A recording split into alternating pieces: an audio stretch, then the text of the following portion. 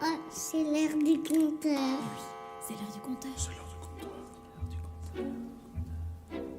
Bienvenue, chère auditrice et chers auditeurs. C'est moi, le conteur. Je suis sur le point de pousser la porte du royaume de la fantaisie. Veux-tu m'y accompagner, toi aussi? Alors, allons-y. Là, bien loin au-delà des montagnes et des mers, où se côtoient ogres et sorcières, nobles princes et humbles bergères. Contes, mythes, légendes et classiques de la littérature, ils n'attendent que toi. N'aie pas peur, c'est l'heure du conteur. Aujourd'hui, je vais te raconter l'histoire de Mélusine. Il était une fois, aux confins de ce que l'on nomme aujourd'hui la Nouvelle-Aquitaine, une contrée qu'on appelait autrefois le Poitou. Il s'agissait là d'une terre très ancienne, où les collines ondulaient comme des vagues figées dans le temps. En son cœur s'étendait une forêt vaste et profonde, que l'on appelait la forêt de Coulombiers. Ces sentiers brumeux sillonnaient un royaume ombragé et silencieux, peuplé d'arbres séculaires et de créatures légendaires. C'est précisément sous l'arche silencieuse de ces vieux feuillages que commence notre récit. Au cours d'une après-midi ensoleillée, un jeune et noble seigneur qui répondait au doux nom de Raymondin chevauchait sa noble monture. Ses beaux traits semblaient rembrunis par un profond chagrin. À la mort de ses parents, Raymondin avait été adopté par son oncle, le comte de Poitiers. Il avait grandi dans l'insouciance aux côtés de son cousin et frère de lait, Godefroy.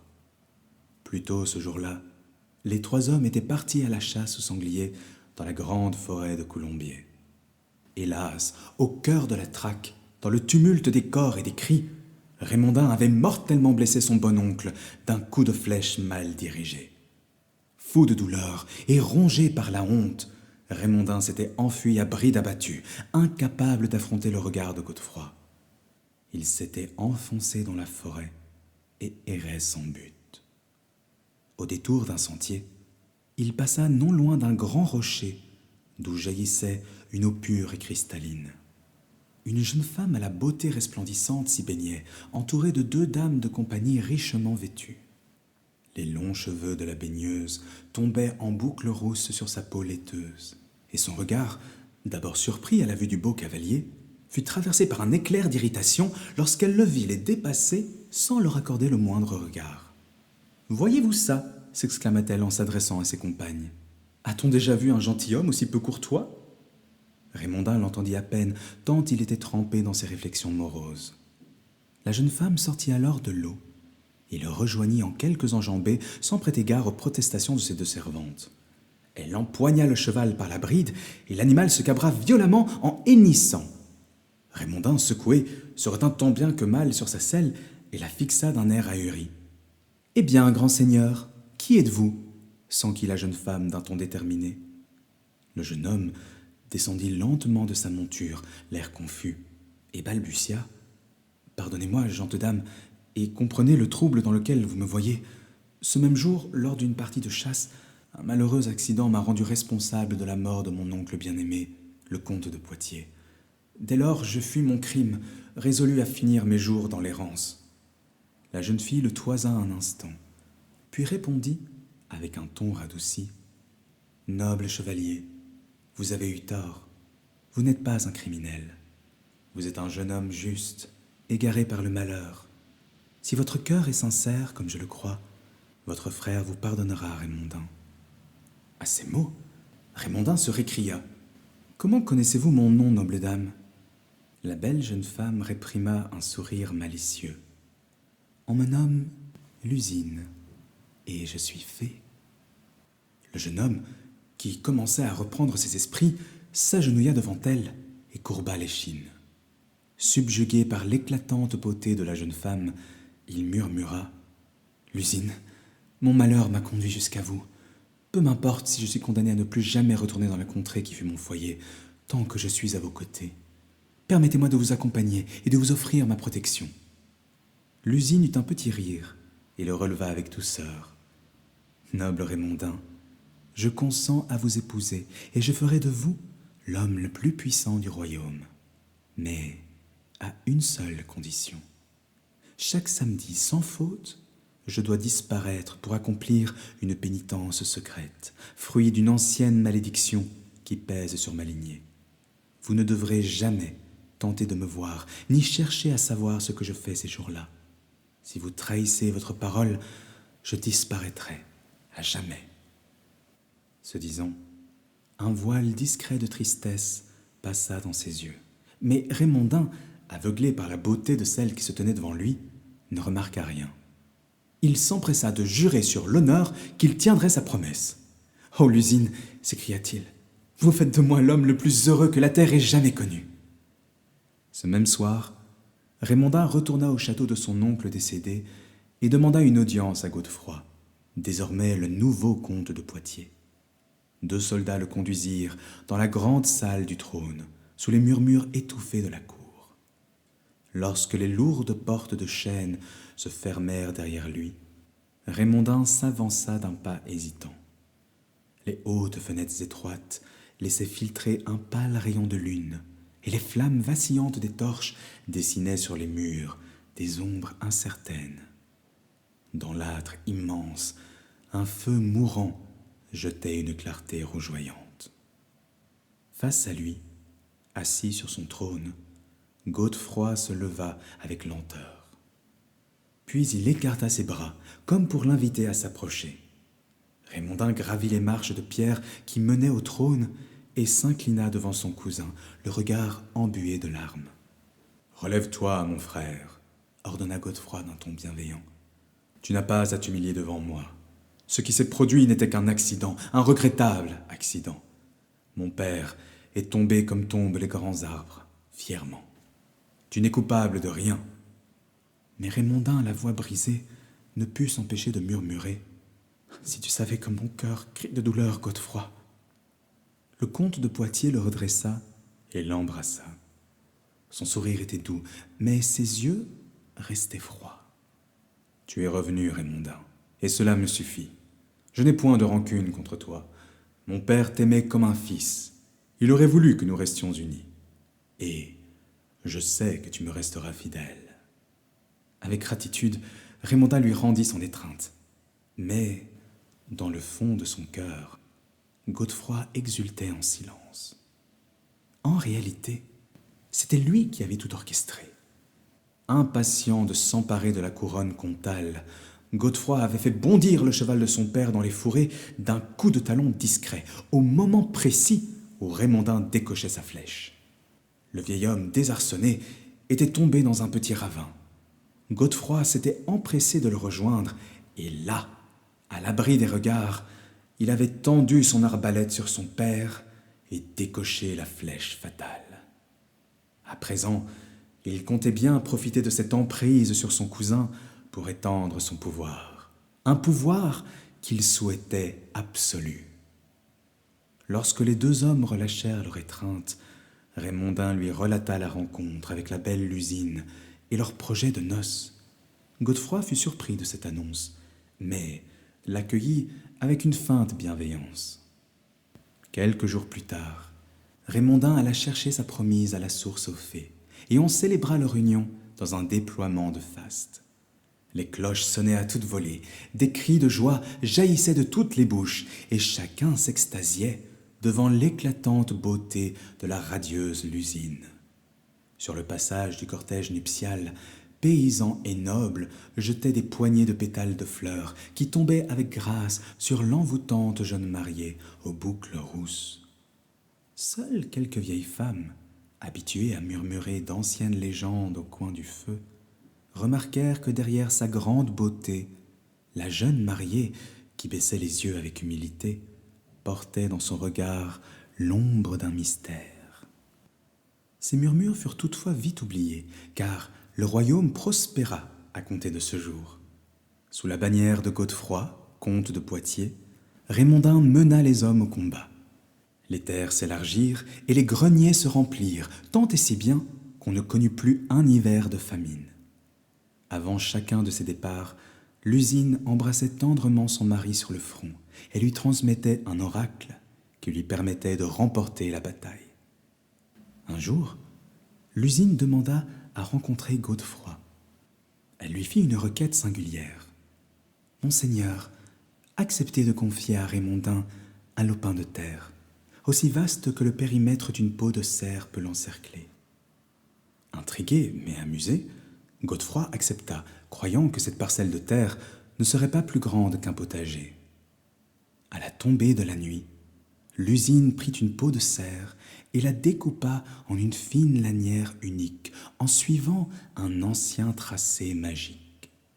Abasourdi, Raymondin observa sa femme tracer un immense cercle à l'endroit même où ils s'étaient rencontrés.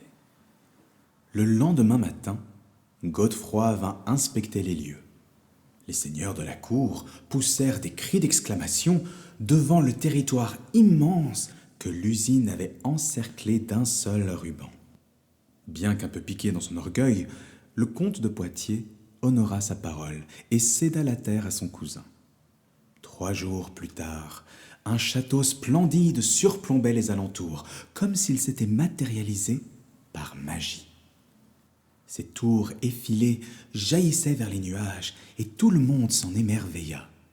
Le château de Lusignan était né. Raymondin et l'usine y vécurent heureux. De leur union naquirent 10 enfants. Comme la jeune femme s'occupait si bien de sa progéniture, les serviteurs de la cour la surnommèrent affectueusement la mère Lusine, puis Mélusine. Tant et si bien que ce nom lui resta. Bien qu'il coulait des jours heureux dans leur château, Raymondin prenait bien garde de laisser son épouse seule dans ses appartements chaque samedi, comme promis. Ainsi, Mélusine se retirait en secret 1 fois par semaine et disparaissait de tous les regards. Raymondin ne s'en inquiétait pas, car il avait foi en elle. Mais Godefroy, jaloux de ce bonheur et irrité par la supercherie de Mélusine, décida de tendre un piège à la jeune femme. Un jour, alors que Mélusine avait pris congé de son époux, il lui barra le passage dans le long couloir qui menait à sa tour et qu'elle était sur le point d'emprunter. Dans la pénombre, il s'empara de son bras et glissa ses doigts dans sa chevelure. D'un geste ferme, la jeune femme se défit de son étreinte et siffla. « Ton cœur est plein de fiel, Godefroy. Jamais je ne trahirai Raymondin.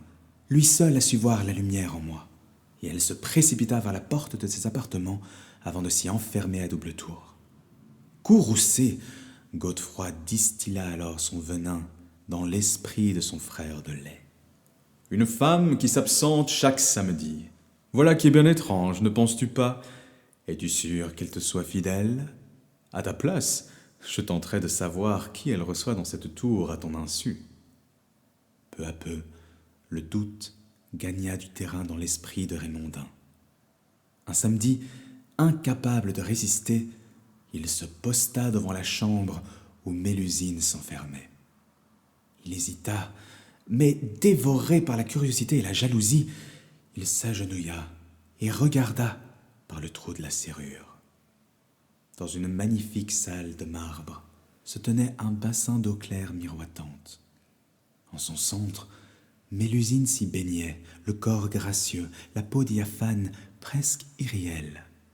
Ses longs cheveux bouclés tombaient en vaguelettes soyeuses le long de ses épaules nues et venaient toucher l'eau claire.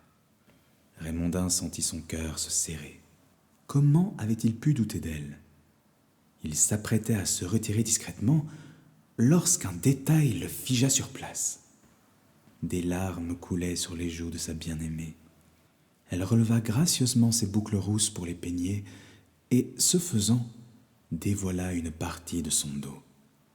Le sang de Raymondin se glaça.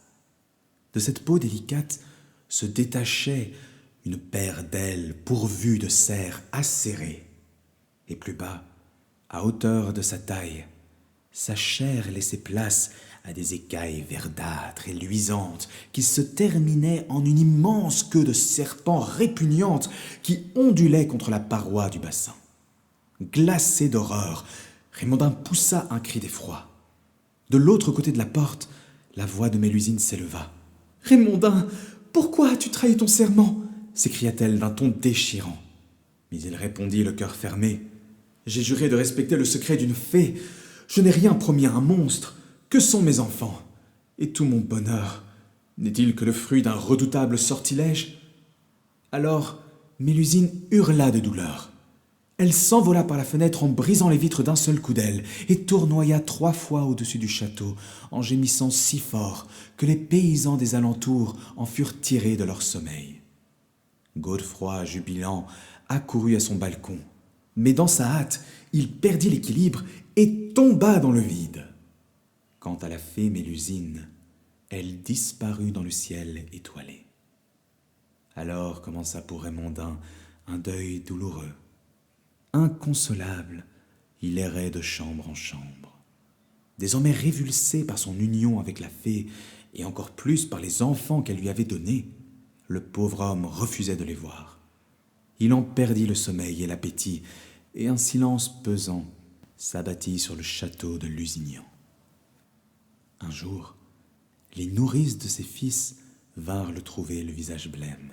« Monseigneur, chaque matin, lorsque nous entrons dans la chambre des petits, nous trouvons les dalles du sol mouillées à hauteur de leur berceau. » Croyant qu'il s'agissait là de quelque sortilège maléfique de sa progéniture, Raymondin décida d'en avoir le cœur net.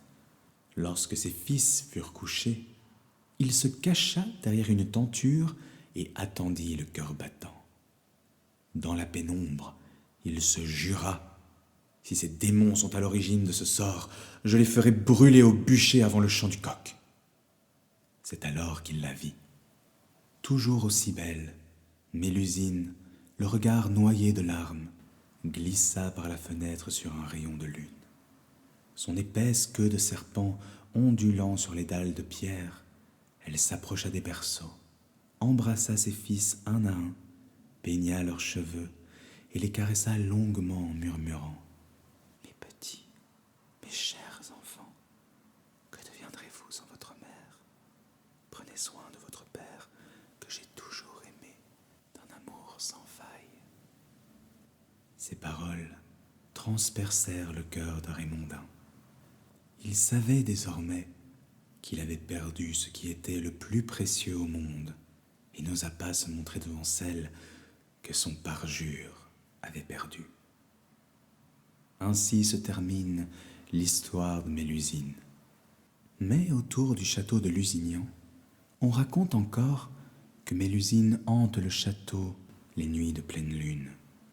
Elle vole et tournoie autour des remparts en pleurant ses enfants, perdus à jamais. Si cette vidéo t'a plu, n'hésite pas à la liker et à t'abonner à cette chaîne afin de ne rater aucune de nos excursions dans le monde merveilleux des contes, des mythes et des classiques de la littérature. À bientôt!